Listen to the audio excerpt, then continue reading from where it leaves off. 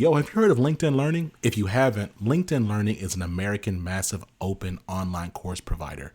It provides video courses taught by industry experts in a variety of subjects. Now, why am I sharing this? I'm sharing this because Living Corporate is in partnership with LinkedIn Learning to provide diversity, equity, and inclusion courses. Listen, if you're trying to be a better ally, you want to understand better diversity, equity, inclusion strategies, or you just want to learn how to be a better leader, you got to check out the courses on LinkedIn Learning. So check it out. You can do it one of two ways. You can click the link in the show notes, or you go to LinkedIn Learning and you search Living Corporate. Again, link in the show notes, or go to LinkedIn Learning and search Living Corporate. I'll see you over there.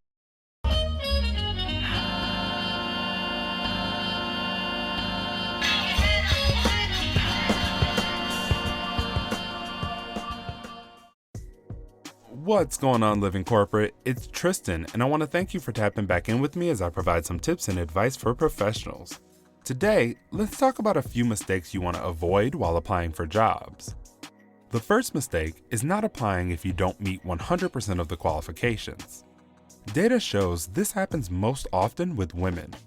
Women tend to count themselves out if they don't meet all qualifications listed, whereas men tend to apply if they meet only 60% of the qualifications.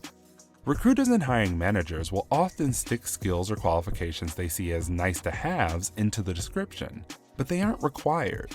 So if you meet a decent majority of the qualifications, you should definitely throw your hat in the ring.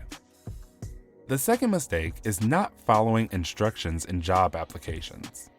Everyone loves to put attention to detail in their resume to then not pay attention to the job application instructions. This oversight is something that can disqualify you from being considered for the role. Recruiters and hiring managers often utilize these instructions to see if you actually pay attention to detail, and it helps them weed out candidates. One of the most common instructions I see people ignore is the document formats they accept. So be sure to read and follow all the instructions provided. The last mistake is not copying and pasting your resume into the application if it asks you to. While I know it can be a pain, it can actually save your entire application. When you're applying, you're usually uploading your resume and putting your information into an applicant tracking system that scans your resume for keywords or phrases. However, sometimes the formatting within your resume can get the document caught up and kicked out of the system. Copying and pasting your resume's content into the system acts as a fail-safe if there are formatting errors or issues. Avoid making these simple mistakes throughout your job search, and you may find yourself landing more interviews.